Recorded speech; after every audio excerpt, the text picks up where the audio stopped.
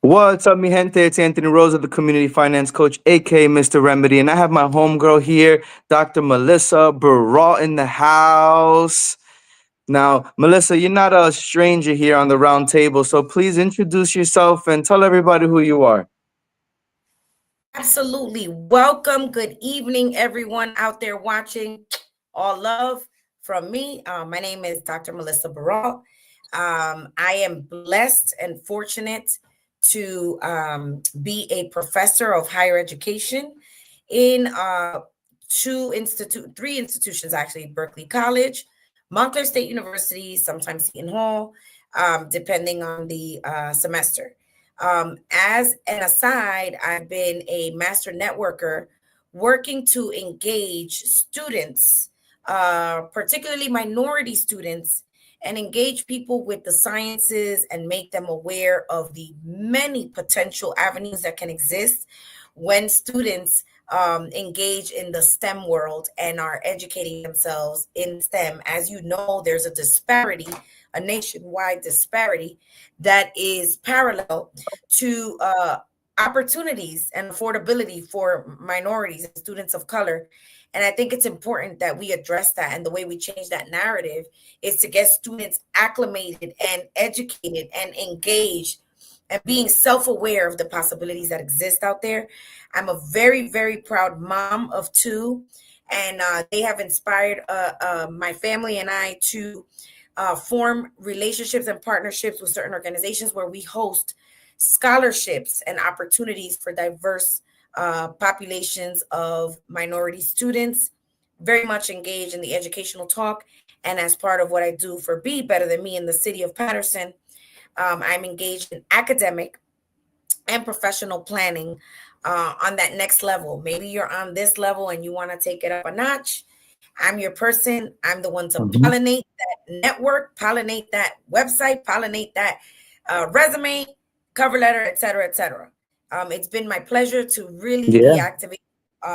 be active in the community with many different partners, including some of our friends, Anthony. And it's a pleasure to always introduce Mr. Remedy to whoever needs the remedy, because you really do just that. I appreciate that. And so, Dr. Baral, what would be your call to action as we're talking about changing the narrative? I think, and I thank you for this, right? Because this is how we get it started, having the conversation. Because oftentimes conversations that are difficult lead to the most beautiful destinations, right? So I want everybody to put that in their mind. Sometimes it's important to have those difficult conversations so that they lead to better destinations. For my parents on the line, as a person that's been involved with many PTOs and parent-based trainings and workshops, I think it's important to really harness the power of being an involved parent. Not only an involved parent in your own independent child's work, but an parent in the community of the school, the community that you live in. It is so important to be up to date with all the rules and the regulations and the things that are coming out new and how to stay abreast as a parent. You have rights as a parent, and don't ever let anyone take that away from you. So I'm changing the narrative and I'm shifting, and this is a call to action for everyone online, that we need to stop saying things like, oh, I'm a voice for the voiceless. I mean, if we really think about what that narrative says, voiceless? No, we're not voiceless. You're not voiceless. I'm here to amplify your voice because you do have a voice, and sometimes you don't know how to properly address the issues so that those issues can be solved and settled. So, being in the community, it's a blessing to help parents, discuss different opportunities for children with disabilities or autistic characteristics, for children with difficulties learning, or children that have learning disabilities. Just keep it moving so that you can find the solution. It's real easy to complain, right? The real work comes when you roll up your sleeves and get down with the get down. Honestly, 100%. Let me remind everybody, if you're watching on the live, please hashtag live. If you're watching on the replay later on, hashtag replay. We're just getting started. I have my homegirl, Dr. Melissa Barra, here, and we're talking about changing the narrative. And the Roundtable Remedies was created to inspire, connect, and educate from real people, real stories. And can you believe, Dr. Barra, this is our fifth year going? We're in 4 continents, over 27 countries. We are an international mindfulness show, and you've been with me since day one. And we've been changing the narrative little by little, brick by brick. And I just want to And give so, talk to me a little bit about. shout out because the person that connected us is a master connector, and that's our girl Luisa Nunez. Shout out to Luisa wherever she is. Yeah, and shout her out. We have to, right? So you never know. Where they always say we're 4 degrees from somebody that we need to talk to, and so I want to talk a little bit. Let's expand on that. The voiceless. There was, something that came out recently with immigration raids, and not to get into the political side of things, but there's a group of individuals and parents who feel that they don't have a voice. How do you stand in the gap for them, Dr. Baral? So individually, your conviction is rooted in the belief that education is transformational. And that has nothing to do with where you stand on your immigrant or status, right? At lack thereof. Education is a universal thing. Learning is a universal language. Now, that doesn't say that there hasn't been challenges with upcoming new legalities that may be limiting to certain resources, but that doesn't exclude all resources. And there are some things that are available for students, and we are struggling in our best to really fight and really stand with people that want to be in this country and they want to really push it to the next level with their educational needs, goals, and professional desires. We are really trying hard to establish that connection of trust. A lot of times I'll have students who, have parents that are illegal, but they were born in this country. And, that feels a certain type of way when you're first generation and you don't really understand the disparity and the legality of things that are coming down the pipe, right? But forming these relationships and these connections can help you. And I'd like to give a shout out to someone who's on the line right now that also works closely with me, and that's Paulasca Ramirez, who has her organization, Generation Fearless, where she is actually pushing forward the narrative for first generation students. And first generation means you're the first person literally in your home to either go to college, get a professional job. You are the first of the first.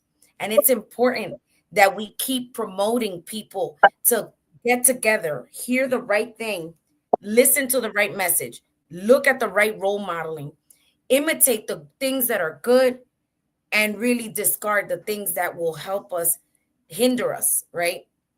I think a lot of times with especially with the migratory situation, we tend to hear, this is happening, this but we're not really focusing on facts. We're not really focusing on things that are and aren't. So although things have changed, there are some things that haven't and remain to be universal. And I have hope. I'm a person of hope and faith. And I have hope and faith that, education will unlock the door for many of our young individuals and many of our students. And I know everybody that deals in higher education feels the same way. Education will open the door to the rooms that you never thought you would sit in. It makes a difference. It matters. And ultimately, you matter. And it's my job to make you understand that you matter. Yeah, absolutely. I think that it's very important. Education is key, right? And education saved my life and put me into doors that I never thought about. Dr. Baral, talk to me about what could we do with parents? And you talked about it in the beginning, but I hear that you are everybody's favorite teacher. How are you connecting with the students more easy? And how do you find that your style engages with them very well? And I'm glad that you asked that because I had no idea that my students put up a ratemyprofessor.com and they rate you. They give you a rating from 1 to 5 and they talk about how you are as a professor. And ever since I found that out a decade ago, that's my pride and joy, looking at that ratemyprofessor.com and looking at the quotations and the actual remarks and testimonies from students, right? Saying things like, she changed my life, saying things like, I never knew I could learn science in such an easy way.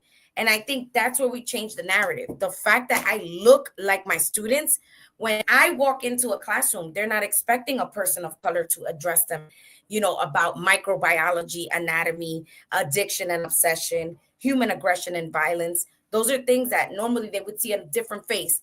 That's why it's important for us to push the narrative and get these kids through the threshold so that they can become the next lawyers, doctors, presidents, congress people, what have you. Everyone that has a dream can accomplish it if they really push forward. And they'll tell you, I know Rocky's on the call. Rocky knows when she calls me, it's gonna get done. I don't care what it is. If it's a problem, we're gonna fix it, or at least try to have a solution. But really be solution focused, really be solution based when we do what we do. Because at the end of the day, how do you empower people? Well, you model what they want to be, right? And then you become that bridge to really help students say, hey, you don't have to pay for college. There's actually scholarships. Let me show you how to get those. Let me show you how to engage. Let me show you different programs that offer different services. And I think being able to connect and look at me as your aunt or your titi in the classroom, it 100% makes a difference. And I've been fortunate. There's been times where I have students Mm. that I know their parents just because I'm in the community. So I know exactly who their parents are. And, I'll get that little phone call home. I'll be like, hey, your kid is not doing what they're supposed to be doing. And that makes a difference because now I'm engaging Mm. with, I'm engaging with the parents or whatever, even if it's a teacher, even if it's at the high school level. Um, just being engaged is all about connecting. Connecting will open doors for you. And that doesn't only go for education, that goes for the professional setting. If you are a networker and you like yourself, you're a serial networker, you have to know how to connect. And people have to be relatable to you. Your Mhm. story has to be relatable to people, right? So I always start every class, telling people my story, which, and I'm sure you've heard it, Anthony, by now you've heard it 100 times, but my parents came from the Dominican Republic. Woo-woo, right? My father came here with $20 in his pocket, had no idea what he was going to do. He worked in a factory. He learned the English language. He became an accountant for a company. And then he pushed forward, forward, forward until he was able to be the general manager of this huge organization. And that afforded us the Mm. possibility to move from New York to New Jersey into our own proper home, our own property. It was a big Amen. deal back in the day. This was in 1992, Absolutely. which was like unheard of. Wow. And it really taught me the importance of looking at a goal and really reaching for that goal, no matter what stands in your way. And this is why everybody that knows this knows my father goes with me everywhere. And I think Love you, I live Dad. his Yeah, life. he's so cool. He's amazing. He said he wants to be on the round table too, so get ready for that. I live Oh, we're gonna have to his get him on. We're gonna get him on. absolutely. I live my life vicariously through, the promise of what he wanted to be. And maybe, now I'm picking up the torch, and it's an honor. It's my life's honor to be able to have him this long Mm. and have him do grandfathering with my kids. It's an honor to serve, call that crying mom and say, hey, let's figure it out together. Or people that need help in the community, basic needs. I mean, we're constantly doing things. I mean, I'm Mhm. constantly involved, and I like to partner with a lot of people. I've partnered with Rocky before. It's a simple need and ask. What do you need? Let me ask. Let's get it done. I've partnered with my girl, Yeah. Christina Stratz is on the line, and an invaluable resource to the Mhm. banking world. And there's so much of a disconnect between the parents and how they can afford certain things for their children. I partner with Palaska, just really teaching students how to become the next generation professionals. They are literally, there are walking 401k, these kids, right? So if we want 401k funding, we better get Mhm. this new society of kids up and running so that they can be masterful as well. I've partnered with people like Prospanica. I just taught a workshop for them on Saturday about teamwork, and I did a parallel about teamwork and how the mycelium or the fungus, I'm a biologist, how fungi form their network, and they form their network sharing nutrients and resources so that everyone can benefit from their network weaving. And so with mycelium, we learned so Mm. much about what fungi do and how they stick together. And there was a parallel between that and the behavior of how we Oh, that's share so our cool. I love that. resources and information. Another one is Only give you back. can make that interesting. Absolutely. So, this is my new thing. It's making workshops and seminars out of biomimicry. Biomimicry meaning talking about biological systems and how those biological systems mimic social systems and leadership skills and styles. So, anybody that wants to get down with the beat, this is what we're Mm. working on. And it's been great to partner with So, these people because it's helped me so much. Not to interrupt you, but Elsa Cabrera, she's another one. Give back, give thanks. I mean, it's just endless the things that we do and how we give back to the community. And I'm so grateful to really have the opportunity to do that in the basis of the place that I live with friends that I love and hold dear to my heart. no, I love it. And I love that they're all watching. And, it takes a village. And, as you were shouting out your dad, for me, it was my football coach, right? Kind of put me on. I was the last student at St. Peter's College to be an EOF student.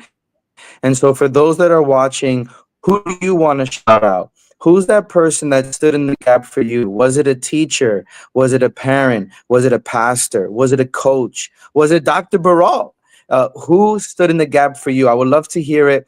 Put it in the chat right now, and let's continue to engage. Right, we're changing the narrative, and I'm asking who stood in the gap for you, right? And so, Dr. Baral, as we're changing the narrative, I love the biomimicry because there are parallels, and sometimes when you hear things from somebody, it doesn't make sense until you hear it from somebody else. Has that ever happened? Right, someone's telling you something over and over, and when you hear it from maybe someone like yourself, it just clicks. All the time. So the students, I think a lot of times people in higher education and people in a professional setting, we go at this level, right? We go at this level. And I learned so much from the movie Man on Fire, right? When Denzel's like, explain it to me like I'm a 5-year-old. And that's exactly it. Really Mm, simplifying complicated context and complicated concepts to simple, tangible things that are understandable and relatable. That's the key and that's the ticket. So I'm giving you parts of my ingredients, but it's not going to be the same because the sauce will never taste the same. I'm just telling you how I do it. mhm, And I've mhm. been fortunate Of course. to share with so many people on here, and so many people with diverse backgrounds. Like I know I saw my good friend Daniel Cabrera on there. Diverse. I mean, printing. He does printing, all kinds of, um, awnings and for people commercial. When I need something done in that realm, I'm gonna go to him because he knows more than me. And the trick is you don't know everything. Mm, Even myself with my educational background, I don't know everything about everything. But what I do know about, guess what? I'm gonna try to be the best I can be. Hence the name of my company, Be Better Than Me. I don't want you to be like me. I want you to be mm, better than me. I work on potential investing. And I feel like your potential is an investment. It's an investment onto you and onto the world. And whoever has the magic of dealing with your expertise and looking at the wonderful things that you do and closing the loop. mhm. So let's continue to celebrate you. There was a spotlight on NJ12, something like that. I heard. Can you share with us a little bit about that? Absolutely. So I was fortunate to be actually nominated by a variety of educators at Berkeley College for the Prospanica New York STEM Educator of the Year Award. And I won the award. It Woo! was amazing. And I got to take my dad and my husband, so my two guys, my two main guys, and we celebrated together. Mm-hmm. And I had no idea they were going to do a feature on it. And it came out this weekend. Everybody was texting me, I saw you on News 12. I'm like, ah. So hopefully I'll have a clip of that. I have a clip of that. And I'm so fortunate to have people like I saw the wonderful Zoila Casanova. Madam Surrogate is a dear friend. People like that just keep you motivated and just keep you going and are really attached to, your growth. And they know that when you tell them things, right? It's important to know when you really care about people and you're really invested in the wealth of people and who they are, you're coming from a place of love, not a place of hate. So I think we need to really dispel these things because people that want to see you win will always help you win. Don't ever forget that. People that want to see you win will always help you win. And so that award is for the Mhm. sacrifices of my dad, of my mom, of my kids. No one thinks about that when we're out here in the community. I sacrifice time from my kids and my husband when I do what I do. But I do it for the glory and the grace of God because I know that He has bigger plans for me. And sometimes I am the answer to someone's prayer, right? And sometimes Anthony is the answer to someone's prayer. And sometimes we are the answer to these people's prayers. You never know. You have no idea how you are affecting people by the little things you do. People watch you and they're impacted for life, right? Mm-hmm. So, talk to me a little bit about these scholarships, right? So, we have an event, Rise and Thrive, March 27th. So, save the date for those that are watching. Mark your calendars. Rise and Thrive Women Empowerment Event, March 27th. And we have some speakers that were here. Rocky was on, Surrogate Madame Zoila Casanova was on, and we have yourself on. We have an amazing panel. So, talk to me about some of these scholarships that you're trying to raise money for. So, mi gente, we have this rise and thrive. All of you know, I would say March is my busiest month by far because I get involved with a lot of women-based activities, and we do it with the grace of really raising awareness about the educational gap and how we can fill it, helping students and helping parents that are finding these times tough. As you can see, I mean, you go grocery shopping, the experience is amazing, like it's crazy right now. And so college is really getting expensive. It's been expensive, but it's really a conundrum for certain people and certain students. And so what I'm trying to do is what I've always done, which is um, be involved in the process of raising funds for particular scholarships. Now, when you asked me the question, there's a lot of organizations that I am friendly with, and I do work with, independent work with, and so I wanted to see if we raise scholarships specifically for the certain groups within Montclair State University that need funding in order to continue what they do and leveraging their instances into the community. And also, there's a scholarship that I am involved with, and it's for the Dominican parade.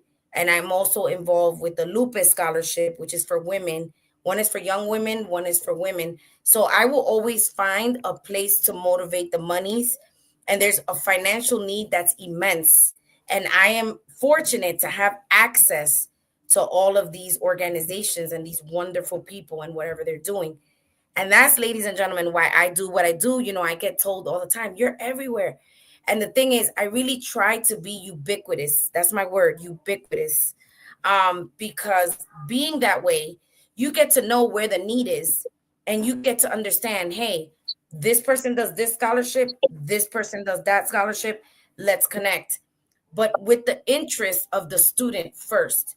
And I'd like to say that it's important to understand that, certain people do things because they want the fame and the for.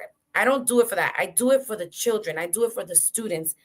I do it for that little girl. I do it for, and I can name some of my students, for Maria Andaluz, who was a nursing major and had nothing and didn't, couldn't afford books for her final semester of college. And we were able to get her that. I do it Awesome. for Mm-hmm. for the Gina Moraleses, who, was a young lady who was involved in she was a chem major and she got a hold of one of the scholarships for STEM, and it gave her a $3,000 award, which was amazing and life changing. And she's Mm-hmm. graduating this May. People that I could name off the top of my head, and I do it for the Kiara Cardonas, who, I got her to apply for the scholarship program at Berkeley College, where she was afforded a full ride, and she was able to graduate Wow. with her bachelor debt free. And now she is the head of HR over at Inglewood Hospital. That's, to me, Ooh, that's my fame, those are that's my great glory, outcomes. that's my outcome, and that's Mm-hmm. that's given through God, no one else. God has put that in my heart, and that's what I will continue to strive for. Well, that's amazing. So one more time, I'm going to put it up. Rise and Thrive, March 27th. We have 6 amazing speakers that are going to be coming on. We're going to have goodies. We're going to have swag bags. We're going to have a 5-course meal at Dominic's on Rutherford, March 27th. And, it's sad to say, but it's that time of the show, Dr. Baral. You know what I'm about to say. It's the final thoughts. This is kind of when we wrap up, what's the call to action. And we said so much today, and I want to say thank you for those that were watching, stood with us, engaged with us. You did a great job shouting everybody out. We have so much love for you all for standing in the gap. Dr. Baral, what are your final thoughts on today's show? Thank you, Anthony, for having me and always believing in me. I think it's important to look at our relationship, right? And the role model, how we've been there for each other, and we've been rocking for at least 8 years, just non-stop in the gap, Mhm. really getting people to be aware of their strengths. And I want to thank you for that, for having me on the show. I want to thank everybody who came on. I saw Tiffany on, I think I saw Charlotte on. What a pleasure. What an immense and profound feeling to really see that people understand the work that we are doing and what I intend to do. That my intention is always to build up and to really get students to the next level. I think it's the job of all of us. I think we all have to be involved, keep God first, and really maintain our vision clear for the future, because whatever you do for someone else will absolutely positively impact you and your well-being. So make sure you are of service, make sure you are of a good heart, and make sure you keep rocking with your community, because your voice needs to be that voice for the person that is not in the room with you, that is not in the college with you, that is not in the job with you. Sometimes you're all they've got. And so you represent people who may not have that opportunity. Keep your heart close, keep your friends closer, and keep your family with all they are, always shining through God's glory, because that's his gift to you. Oh, amen. Amen. And I want to say thank you so much for that. Closing on a high note, we have a closing quote. This is brought by Les Paul. Every setback might be the very thing that makes you carry on and fight all the harder and become much better. Go in grace, go in peace. Thank you for watching another show on the Roundtable Remedies. This is Anthony Rosa, Mr. Remedy. We'll see you soon. Bye, everybody. Be better.